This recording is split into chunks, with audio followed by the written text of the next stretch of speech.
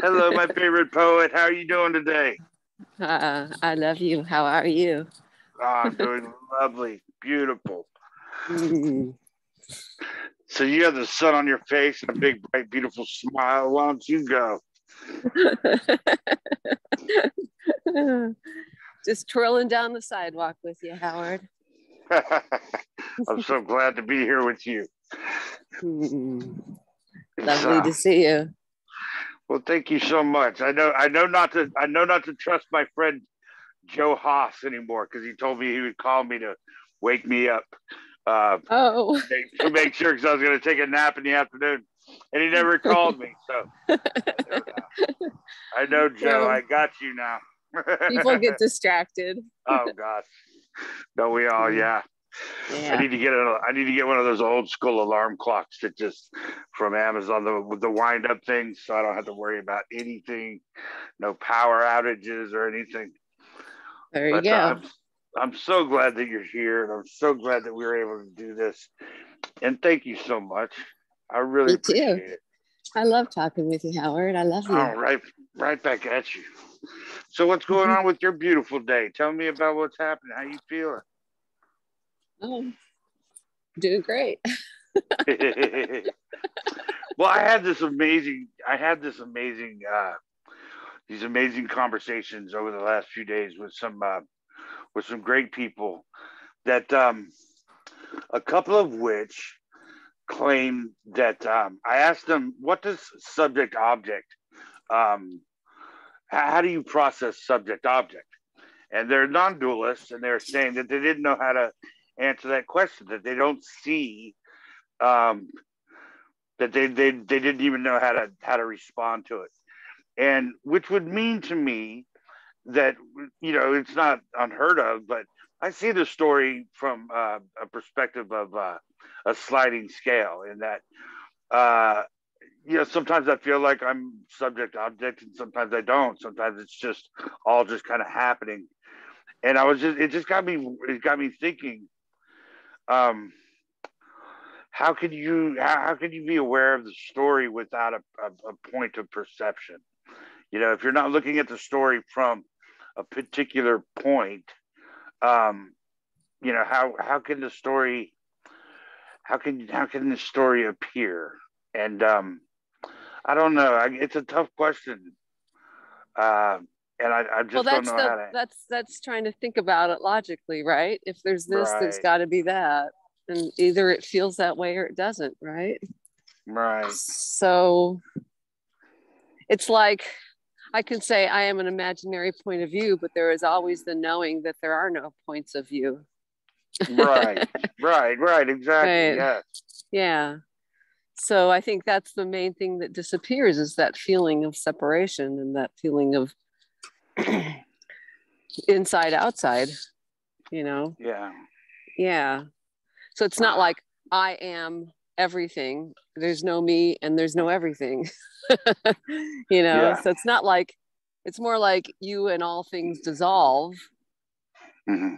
rather than you become one with everything, which I think is what people imagine this is like Hmm. you become God or you merge with Hmm. God. But it's not like you were merging. It's more like the distinction of inside and outside, perceiver and perceived, is just the feeling of that just dissolves.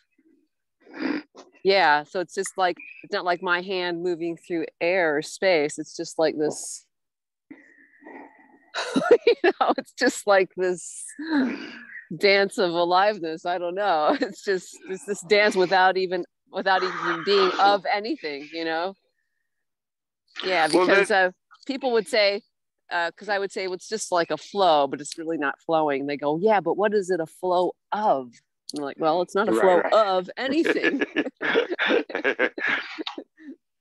Yeah. I kind of I like what you said about this, and I like your take on many things in this way. In that, uh, I try to say it the same way. In that, in the matter of subject object, seen from a perspective, Well, it is kind of that. It's not kind of that. It's both of that. It's neither of that. It's all of that. And it's, it's the thing is, it's all happening at the same time. It's happening one at a time. It's not happening, and it appears to be happening. And it all kind of happens at the same time on a slider scale for me. In that sometimes it's almost like an autopilot kind of thing, where there's another kind of obscure point and that that might be standoffish, like I can watch myself actually function as Howard making decisions and stuff like that, but I'm kind of over to the side, just not even a part of it. And then there are other times when, like you said, the whole merging, like becoming everything or God type thing, that absolutely can happen. God word, of course, is just whatever that is, but yeah, we went through that last time, I think. right. And then yeah, and then there's there's all these points in between where it literally feels like I'm here and that's there, and it's that simple. And then at other times it seems like everything just kind of blends together into this kind of just an apparent happening.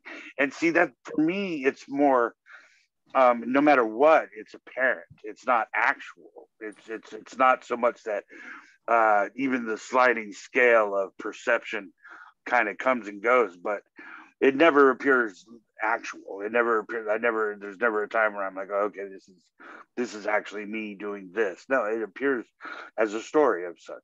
So, but I can still kind of see behind the eyes of Howard in that kind of story. You know what I mean? So it's just a fascinating idea that the story can appear without a point of perception in so much of a definitive sense. And I know it's tough to talk about, definitely. Yeah, well, it's like people say, well, what knows, and it feels like the non-existent it knows itself, somehow. Well, what is it that sees? I don't know. And I can't find anyone or thing that sees, and I can't find someone who's looking. I can't find something separate from the seeing and the seer. There's just, the separation is all imaginary. There's really no lines or cuts or slices in this all-encompassing, seamless flow. And yet the words make it seem like, oh, there's some trees, there's a mountain, there's the sky. But the intuitive feeling of this seamlessness is prevalent. It subsumes all and everything. It swallows, like the oneness swallows two-ness, swallows oneness, so it's all together. Yeah, I absolutely agree. It feels to me, it's not so much from where I am, from where this perception appears to be, but the actuality of it. So it's not even, it's just apparent. No matter what it is, it's not real in the actual sense, because I literally don't see subject object as actually separate. I see it as the story of separation. So it's not so much that the whole story of perception itself can't switch on this scale of separation and also wholeness, or whatever you want to call it. But it actually, no matter where I am on that scale, it's always just apparent. So that's how it surprised me when I asked some other people, and they said, no, I don't even know what you mean by perception. I have no idea what a point of perception would be. I don't know how to answer that question. And I was like, wow. Well, there's a lot of people. I want to go to that party. Well, no, there's a lot of people who just continually deny the self. There's no self. There's no self. And I'm like, well, yeah, but you can't exist as a non-self. Right, this is the dream of separation. This is where we live. This is where we love. This is where beauty is. This is where trees and mountains and sky are. This is our world. This is the only world we as imaginary beings can live and love and die. So to deny the dream of separation, what you're a non-self, what does that mean? I'm not here. How does that work? And I was like, And I said, the funny thing is that I had the tinge of almost like they felt like they would be trapped, um, as non-dualists, and to say that they actually perceive as subject object, and that would mean that what they're saying is incorrect, and that's not at all what I was getting at, because it's just not. But it sounds like people are afraid of being real, Yeah, thank you. I mean, well, what happens when they go home?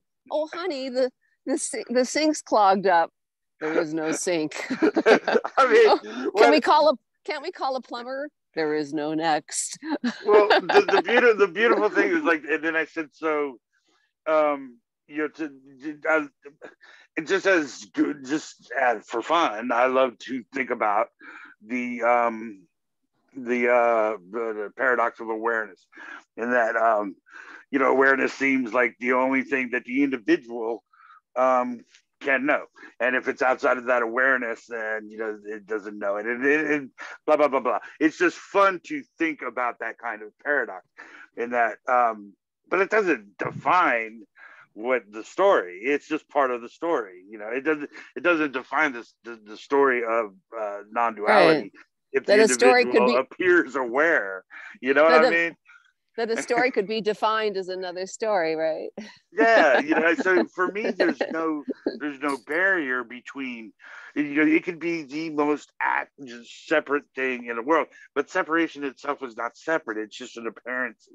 So, it doesn't matter to me how I look at things, because I can look at it as it seems, and it doesn't mean simply because awareness doesn't necessarily comport with what appears to be the story of subject object.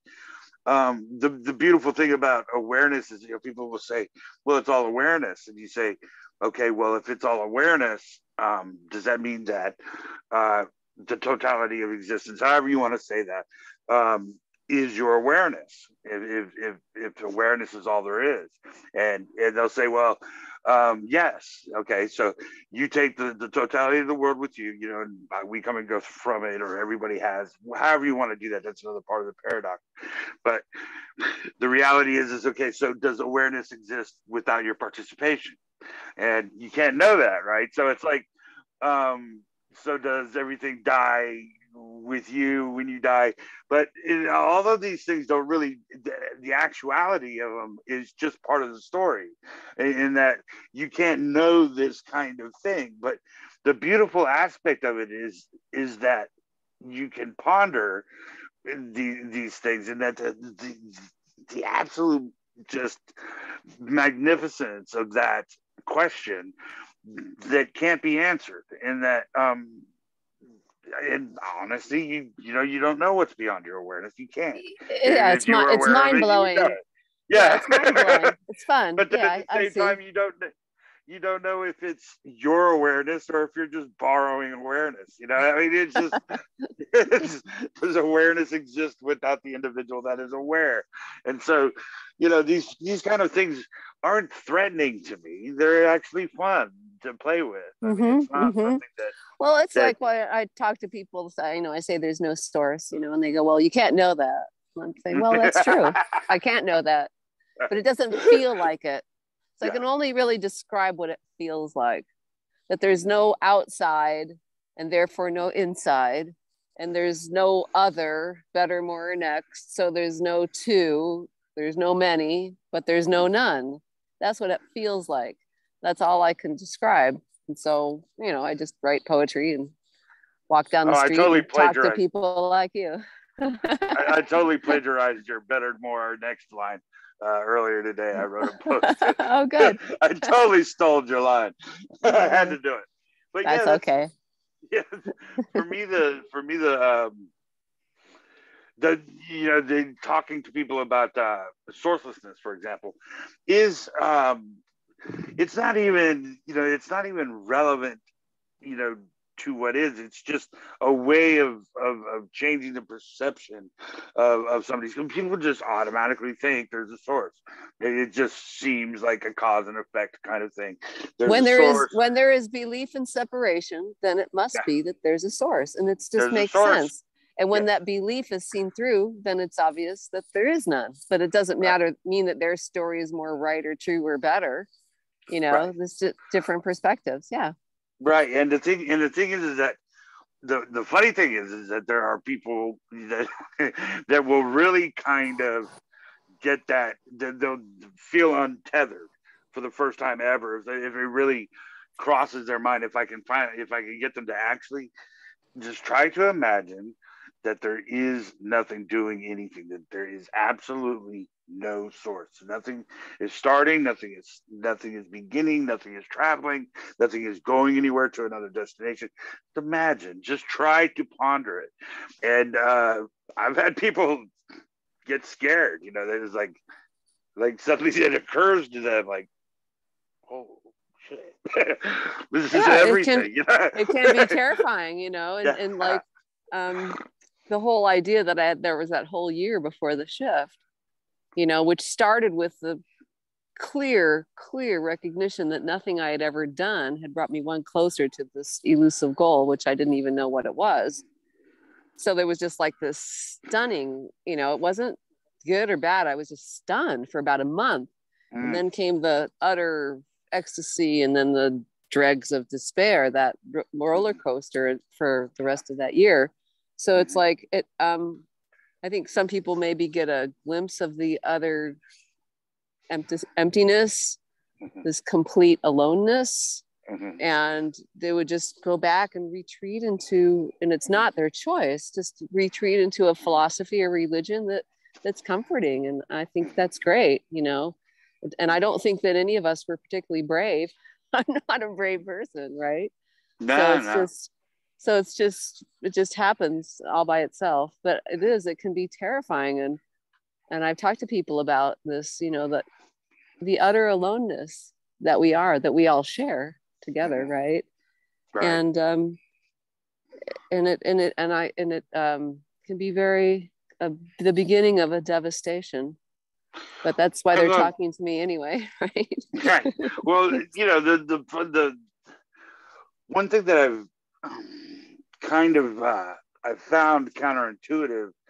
Well, I found a couple of things counterintuitive, but one thing would be the one thing that we could share as appearances, as far as I can tell, is that there is no objective truth, and so the one objective truth we have is that there is no objective truth, and that appears to be some kind of true line in which the appearances can all share this one thing, that really there is no one thing that can be considered absolutely true. And so from that perspective, similarly, the counterintuitive nature of sourcelessness, for example, in that you don't have to do anything, but the merging of self and thought, or subject object, those kind of moments where sourcelessness just is.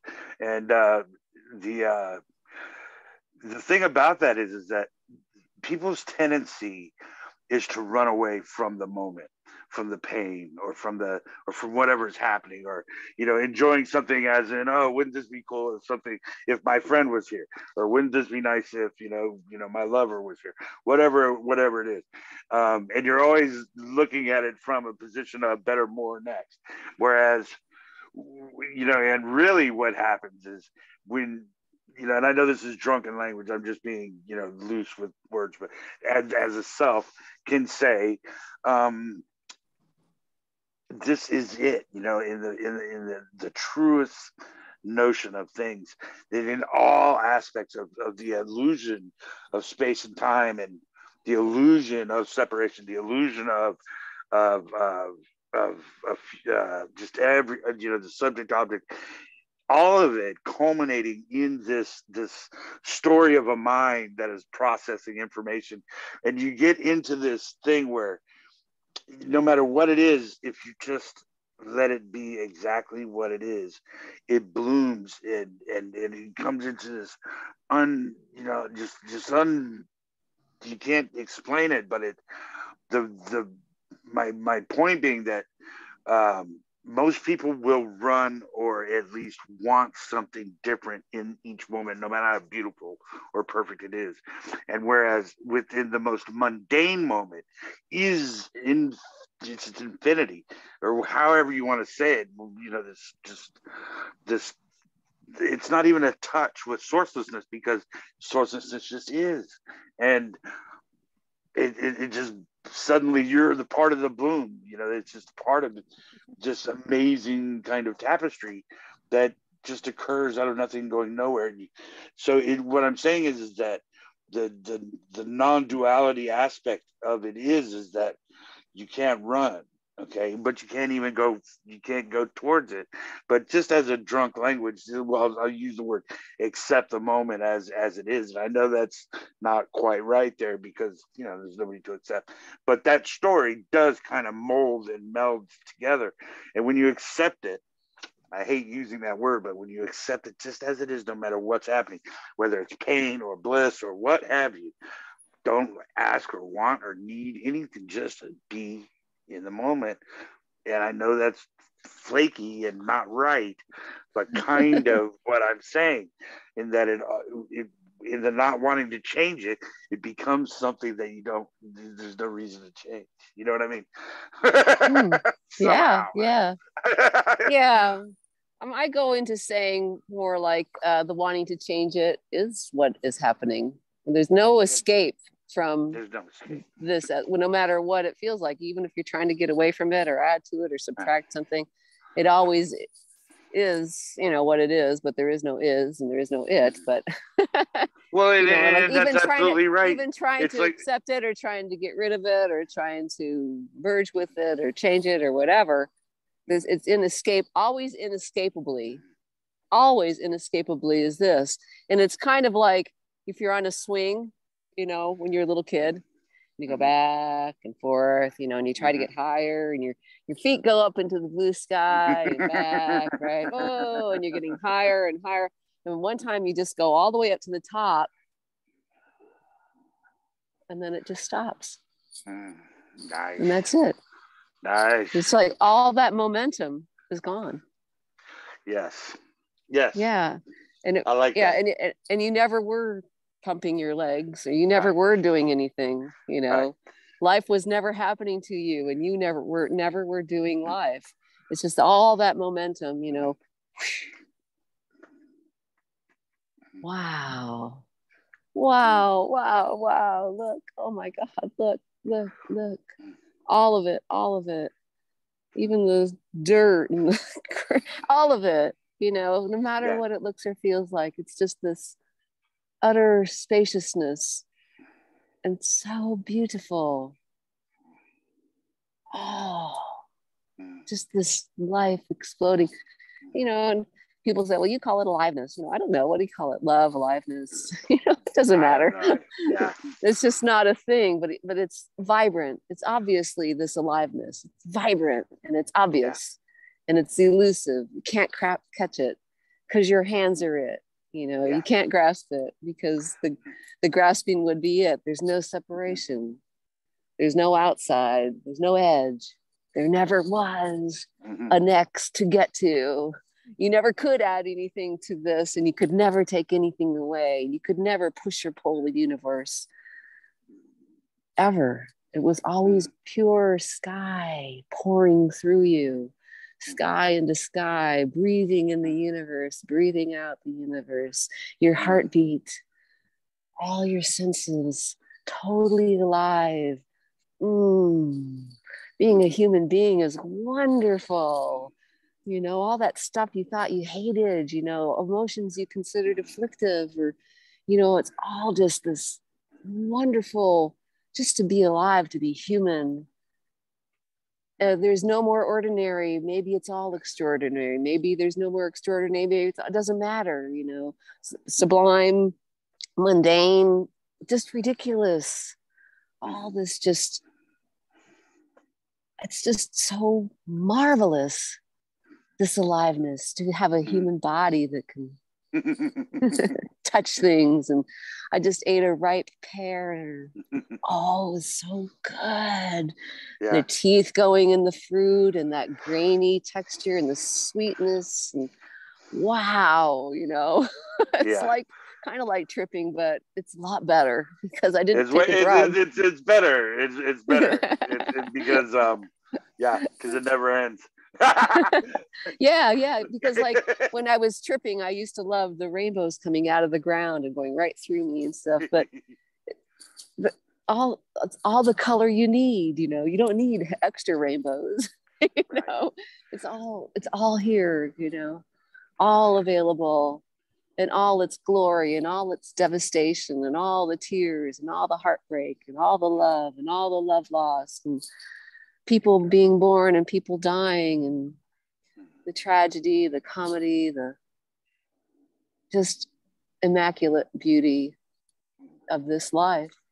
Yeah. I had a beautiful moment yesterday with a couple of strangers. I'd never seen either of these guys.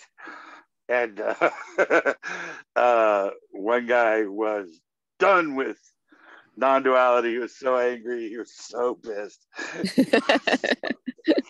He was so pissed and just so angry and just so done with everything. He was like, no, I'm going. He became like a Presbyterian or something, some kind of preacher. And he said, he started talking about, the whole God's gonna get you healthy, and and I was like, wow, that's incredible, because the funniest thing is that you're right, and he says I'm right, and this guy comes in, he goes, well, actually, yeah, you're basically the totality explaining how God is going to get us for not being, but we're all the totality. So it's kind of, you can't be wrong. You're just non-duality showing itself as a Presbyterian preacher saying that we're all going to hell. You can't be not non-dual. It's like, and he says, he was like, I don't understand. He goes, well, you're just everything expressing itself as as a preacher threatening hell to anyone that doesn't think the way you do. So you're not, it's not that you're wrong, you're not, you can't be wrong or right, you just are being expressed as someone who's done with non-duality. It's just, no matter what you do, the God people, like all the years we spent in India, people are always going, all is God, and then they feel like they've done some sins. And I'm just like, if all is God, how could there be sin? It's impossible. If it's all God, all one, all God, all love, then how could anything be bad or sinful, And that's the brilliance of the whole sourcelessness thing. It's like, you're not, it's impossible to be anything other than everything, and you're just expressed as something that thinks it's one way or another, or thinks it's separate in some capacity. But that's the beauty of it, in that some people would say, well, that's mundane, and I say no.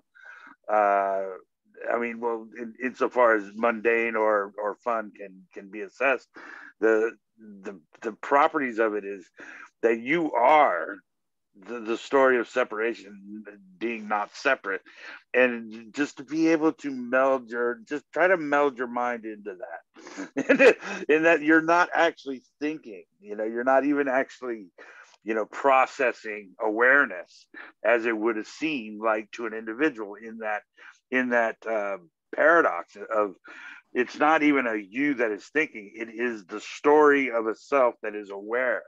They cannot escape their own awareness, and simultaneously that singular awareness is the totality of everything, as an individual that is involved in the subject object story. So this becomes untenable as far as like verbalizing what it is. And it can be remarkably, it's not like I'm offering any kind of concession, or I'm saying that, oh, it's, one way or another. It could be anything. It is everything. So it's like, but the thing about it is that without, again, it's not even that you're thinking. It's not even that you're actually processing.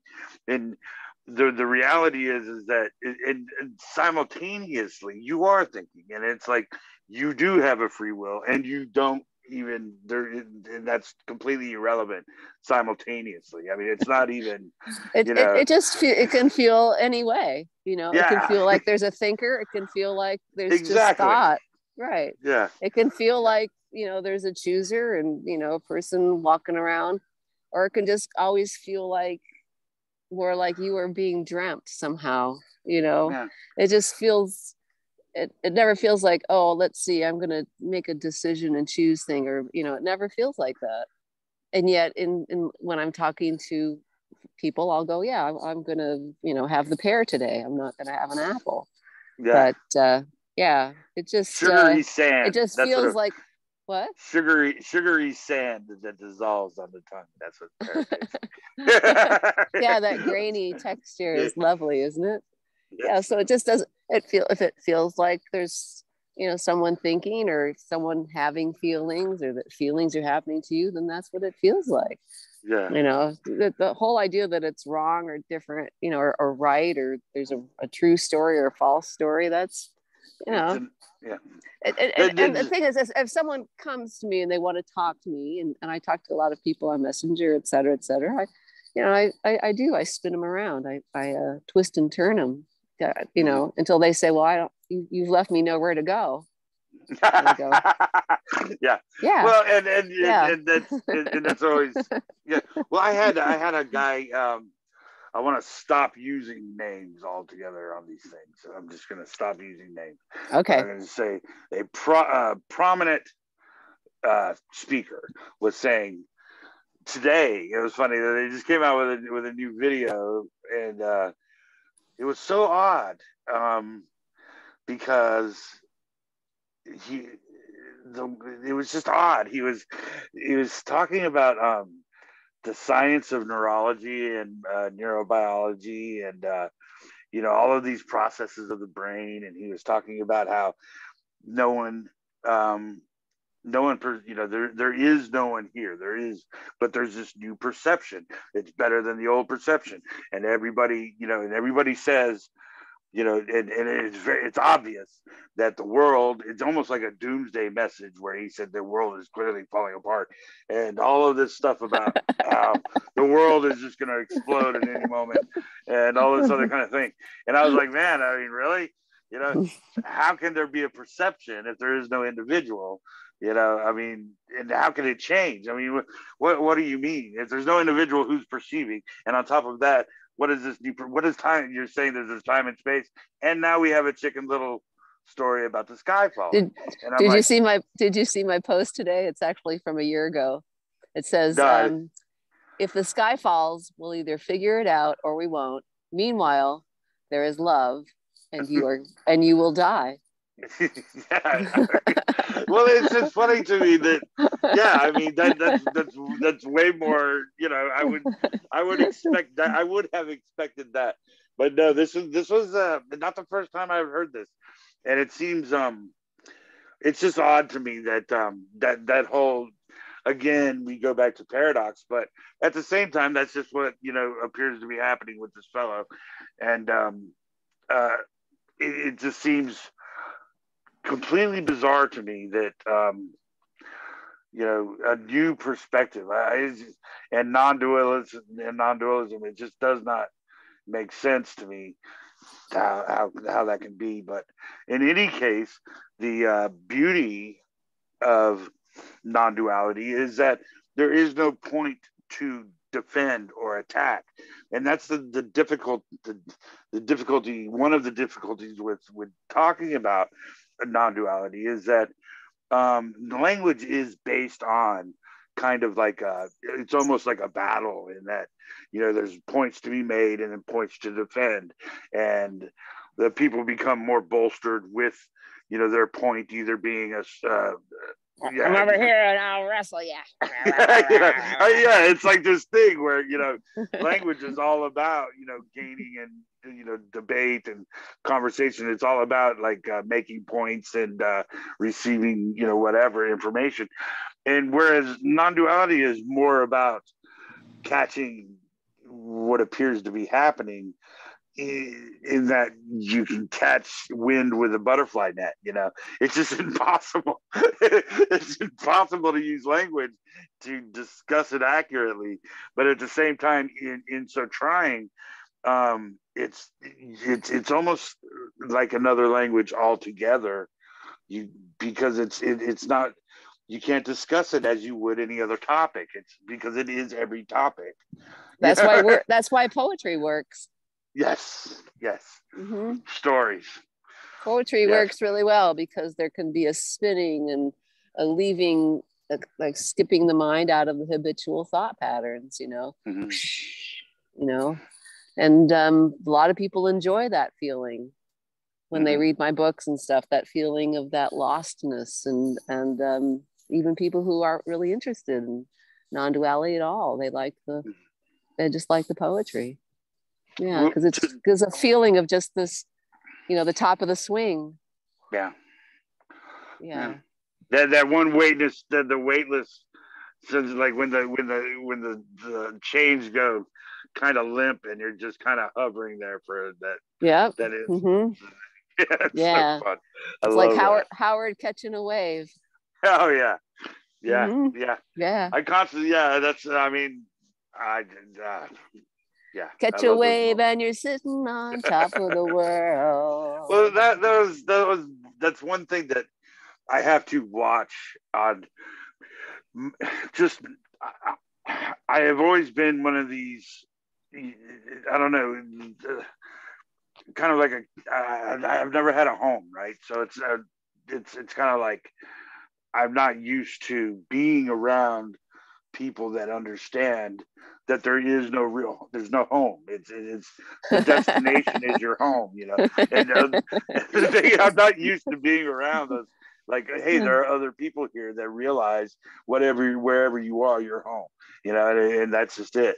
And so it's difficult for me to, you know, assess like, you know, hey, we're here, we're in it together. But at the same time, with non-duality, it appears as if another beautiful thing about non-duality that I love, the as far as the people within it, the appearances within it, everybody's got their own take. No matter, every individual has their own take, and it's so paradoxical and beautiful because each appearance, none of it is real, but each appearance is unique. Every single isn't that wonderful? Is so beautiful. It's so amazing. Mm-hmm. Every story, and some things resonate and some things don't, and it doesn't matter, you know. Yeah. There's a few people I resonate with, and you know, Facebook is our home, really. So, you know, and that's wonderful, you know, and I love reading what you write, and sometimes I, you know, do a little typing after that, and Miranda and Michael, and it's great. It's a lot of fun. You know what I love about your stuff? When I read your stuff, I feel as if we're the kind of people where I just get this kinship in what you say, that yes, it is this beautiful aloneness, and it's almost as if we wouldn't want it any other way, in that it would be beautiful to share, but at the same time, in by sharing your uniqueness, okay, and then all of a sudden now you're no longer unique. And so the beautiful thing about not being able to about being alone is that you are also unique, and the beauty of that actuality, it's almost maverick in its awesomeness, that aloneness is also completely unique and not two. So it's you know unique and not two. And so that story is in you cannot repeat it. You cannot change it. I mean, or you cannot be you can't fake it. And to me, that is because it is you are what it is.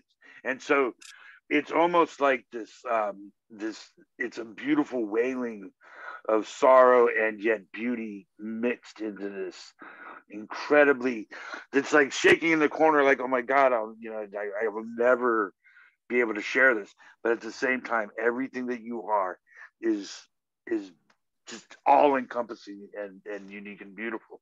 And there's no way that I can see to be both of those things. You cannot share it and also be unique. So you can attempt to share it, but in the lack of ability to actually convey sensation in an absolute sense. Right. So there is no way to solve these paradoxes, but at the same time, the paradox itself is the beauty of it. Yes. Yes. It's like I am the longing to share, knowing that I never can, and that feels beautiful, and it is bittersweet. It's bittersweet, constantly bittersweet. It's excruciatingly beautiful. Mm-hmm. Yes, it's excruciatingly. Yes. It's just it's what words can you use? Yeah. And it's like someone said, do the tears ever stop or something? And I'm like, well, I don't know. It's like I'm on the verge of tears always, or maybe I'm always crying. Maybe my heart is always weeping, just overflowing, just this wow of the beauty of this aliveness. It's just so, and it can happen looking at the ceiling or, anything, anything. It's just, it's so wonderful. It was excruciatingly beautiful. It was beautiful. Earlier today, I was talking to somebody about they were suffering, and I was trying to help them through their little episode of pain, and I had a little epiphany of my own, which I cry all the time, I laugh all the time, I am completely out, just emotional all the time.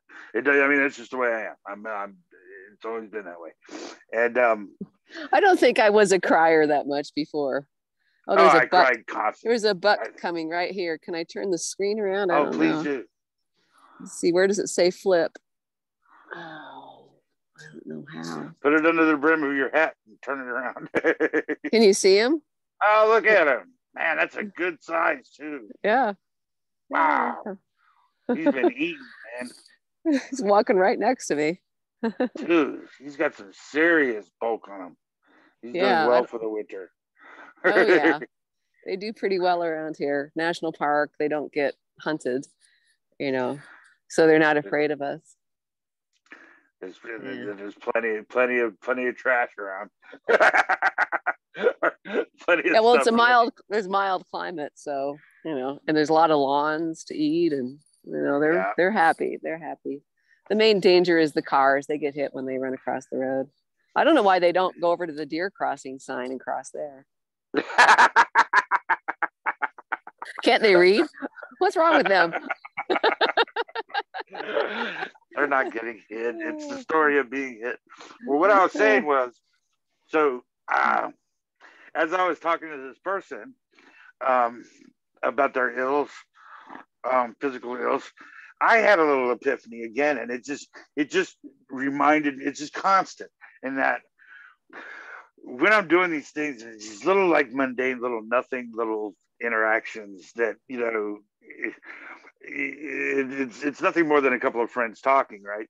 But then all of a sudden, as I'm telling her how I deal with X, Y, and Z, suddenly I feel, I'm like, yeah, don't the thing is that if you just look at what is happening as simply the totality of everything, and don't think about anything other than just what is happening. Don't try to make it something else. Don't try to explain it or or try to make sense of it or anything like that. Just it is exactly what is happening. And and suddenly I got like these, like I go into my little tinglies because I get these like these tingling sensations that just kind of pass right through me, and almost like and some of your poetry is kind of reminiscent here, because I feel that in the same way. It's almost like these, I get this emotional, like I'll get a tear in my eye just laying in my bed looking, just this is it, and then all of a sudden I feel these like little tingles and the fear, the butterflies in the chest. And it's like, you start losing yourself, and, in a very real, actual sense. And it's almost as if everything's passing through me until finally there's no me at all. And again, it's just that sliding scale of subject object that just kind of dissipates at times. And it's just part of this amazing beauty that I don't know about everyone else, but I know that I can go from a serious, dangerous amount of pain to actually feeling as if there is no pain at all, and there is no person to feel pain, and all and all of that can happen relatively quickly, and it's That's just I don't know beautiful. if it, yeah, I don't know how to explain that, but a lot in what your poetry reminds me of, this like this sensation of not only it's like a hollowness that it's not hollow, but it's almost like an expansion. You have the fear and the vulnerability of the loss of self, um, truly, truly the loss of self, and then that fear dissipates kind of into almost like a bliss, and then into nothing at all. And suddenly, as I'm talking to this person, I myself am going through what I'm trying to explain to her. It's just like, she's, are you okay? And I'm like, yeah. I'm over here crying, I'm like, yeah, I'm fine. I'm trying to explain Mm. to her that I've lost my own self, for a moment. And I know it just sounds so insane, and it just sounds so quaint and maybe a bit trivial, and clearly could be explained in many, many ways. But In focus, but out of focus, in focus, out of focus, in focus, lost and found, lost and found. yeah, and Yeah. it's truly amazing in that. Uh, But it yeah, also be in focus because we're on Zoom. yeah, in focus, out of focus, and that's all day long. It truly is. It's all these different, the it's like the you know one of the guys or one of the speakers, talking about something that is absolutely, to me, completely ludicrous. I mean, it's just a ludicrous way of seeing things, but that is it. And I'm like, why is it why do I care, I mean, at all, what somebody else says? It's obviously not going, there's no way that they're going to see it my way. I'm going to see it their way. Why should I even, and then I realized, oh, it's exactly the way it is. There's no changing it. And just to accept that, that's just always the way it's going to be. Some It's just, people like pears and some people like apples. I mean, just preferences. It feels like I am these preferences, that's what yeah, forms me, because you need your imaginary lines to participate in the dream that you are, yeah. right? You need your skin, you need your skin to touch, taste, the fact that it's all a made up world of separate things, that it is our world. This is our world, this dream of separation. This is where we live and love, right? This is where the beauty is, baby.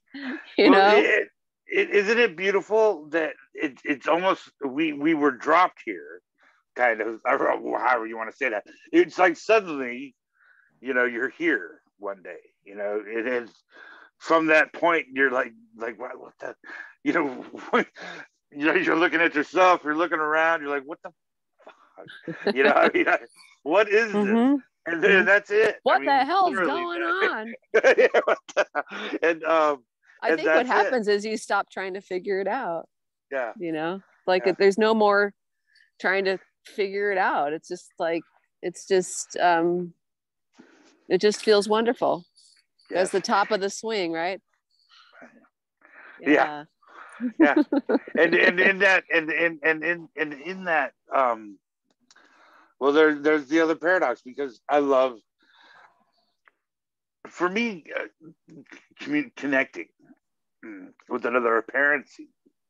Me too. I love connecting, and I can't find myself without you, Howard. Yeah, I don't exist without you. And so the thing is that it does, on some levels, looking at all these different genres, looking at all these different ways of looking at this and looking at, or just everything. There is no, genre that scares me, that makes me think that somehow, I'm trying to look for some. No, it all ends up in unknowability. The beautiful thing about learning about these different genres is that you can relate to other folks a little better sometimes, and but yeah, hence all your almost, questions, the questions that you ask, and all the different answers people give. Right. And all Sure. in learning, and in learning all these different perspectives, you can better relate to other appearances, and somehow, and you never know when something comes in handy. You can touch on the finer nuances of language the more you know about different perspectives, and stuff like that. And it's wonderful. It's almost like right now I'm doing a meal plan for a girl. She's really morbidly obese, and she doesn't want to eat anything but hamburgers, pizzas, and stuff like that, But I've been able to make a plant-based meal plan for her, 5 days, and she'll get healthier, but she can have all the foods she wants, but it's like, just coming, it's a whole different perspective. This is what she wants to eat, etc. So yeah. Well, there's always the Atkins diet. Yeah. You can die a fat man, like he did, with heart disease. Oh, did Atkins die a fat man? No, he didn't. Oh yeah, he was morbidly obese when he died. Get out of here. Oh yeah, you can look it up. He started eating potatoes. Well, yeah, I won't discuss nutrition with you. Right now I'm only doing it if someone pays me. So we'll not talk about that. Yeah, sure. Well, that only goes to reason. Somebody asked me the other day about paying me. We were talking, and they said, "Okay, I want to do it. Can I do a Zoom room with you?" I said, "Sure." And they said, "How much is it?" I said, "I have no idea. I've never." It was the first time. It was months ago, but it was like the first time somebody had asked me a question like that, and I was like, "Wow, thanks, man." I was flattered that they would ask, but yeah, somebody was that whole thing about money came into question, and the beautiful thing about my situation is that I don't need any money, and but so it's I couldn't take money for this, because it gives the impression that I have something that I can give to someone else, right. And so, I mean, in my new profession, yes, but has nothing to do with non-duality. It's right. about health. Right. So that's a whole different thing. It's kind of like I told him I got there's a basket if you want to put $1 in a basket, but I have no idea even how to answer that question. There's no, it has to be authentic, for me, I can't, it's not like a job, you know what I'm saying? I can't do that. Yeah, because I talk to people all the time, and it would be, to me, it would be a lie to charge money. It's just not. It's not at all what what it's about. And right. But then again, the beautiful thing is, I can't really judge people for, making money or whatever either. It's not No, whatever. no. Yeah. So Yeah. some people charge and just some don't people come don't. into our house and take our shit. And Yeah. you want to make, that's fine with me Well, if you want to make money. I like Lisa Carnes. She was saying that, I was looking at some of her stuff and she said, somebody asked if can I prime message, can I message you? And she says, yes, but, I don't want you to. So it's going to cost you like $200, and I'll give you an hour. We'll go from there. But just you really have to have something that you want to talk to me about because I've got so much going on. I will do it, but I have to know that you're serious because I can't take an hour out of my day, come to you, and then have you ask me some ridiculous question that you can ask me right now. If you want to prime message me, it's going to cost you $200 because I know it's insane. Wow. But I don't care. I don't want you to talk to me. I don't know. Miranda said the other day that the going rate is $120 an hour. So people are making a lot of money, and I think to me, it feels like they're making money off of someone's desperation, kind of, but that's okay. I didn't even know Lisa Cairns was still around. Is she still doing stuff? I think so.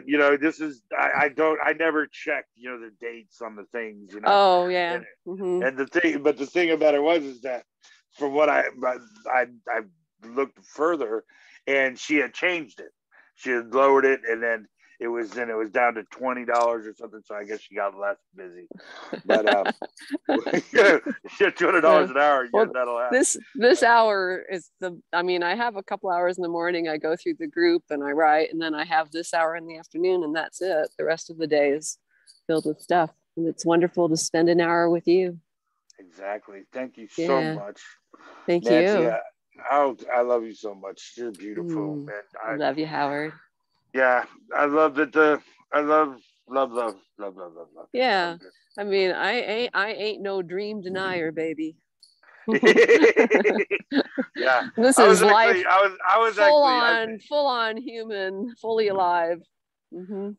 Well, this person that that offered the money. I've been offered money since and stuff, but it was really at first I was like, wow, man, that's pretty incredible, and I was like, thanks, man. I was so happy that somebody had offered me money to talk to me that I scared the guy off.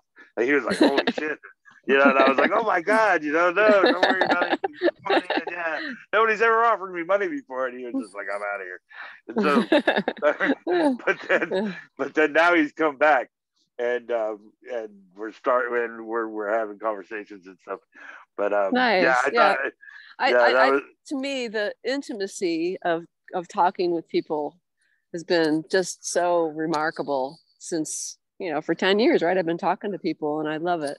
I love the intimacy. If someone's not going to be intimate and honest, then I don't want to have anything to do with them. Right. That's why in my group, I don't allow quotes, I want to hear what it's like for you. This is what it's all about. What it's like from you. And here's another one. And I'll say this one. This is a good one. I'm not going to mention names or anything, but they're not around anymore. But I had a woman a couple of years ago that insisted that I had her credit card. She insisted that I had her credit card.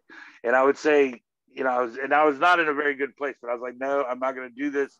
This is because it's just there's so many things that can go wrong here that, like, I don't even want that, that I don't even want it in my possession. She insisted. She put in, like, we would get mad at each other and block each other. We would fight, and no matter what, she had to know that I had her card just in case I needed it. And I would never use it, but every now and again I would say, well, do you mind if I get a pizza? And she'd be like, sure. And and she'd just come right over, and while I ate my pizza, we would sit there and talk. And that's how that was just, she would light up, and I never did understand, why she wanted to do that. But it was almost like she liked doing it for some reason or something. Sure. I don't know why. It's like something about her that made her feel good. And that's the uniqueness, right? That's the uniqueness. Dude, I was yeah, she was beautiful. I loved her.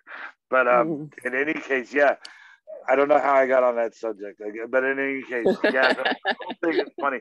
Oh, my friend was talking about how much it costs to do this stuff, and I was like, don't even think about it. Just give it away, give it all away, and don't even worry about the money at all.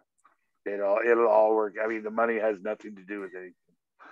And he was, well, it costs this much and it costs that much to do this and that. And I was like, dude, it's not a business, man. I mean, yeah, I mean, at least not for me. I don't know. I never even thought about it. What costs? You mean making the Zoom videos? Yeah, like just Oh. getting a computer and because for me, I had to get a computer and all this stuff, and I had to set up the whole deal. Yeah. Yeah, and I was just in a place. Okay. Yeah, and then because I make all my videos on my iPhone. Well, I don't even know how to do it. And it's 9 years old. My phone. You download your videos on your iPhone. Yeah. To YouTube. And then I put them. Mm-hmm. Well, me and you gotta have a little session. I gotta talk to you. Because you're doing all kinds of things that I want to do. Like you're doing books and all these other kind of stuff. I just want to be able to figure that out.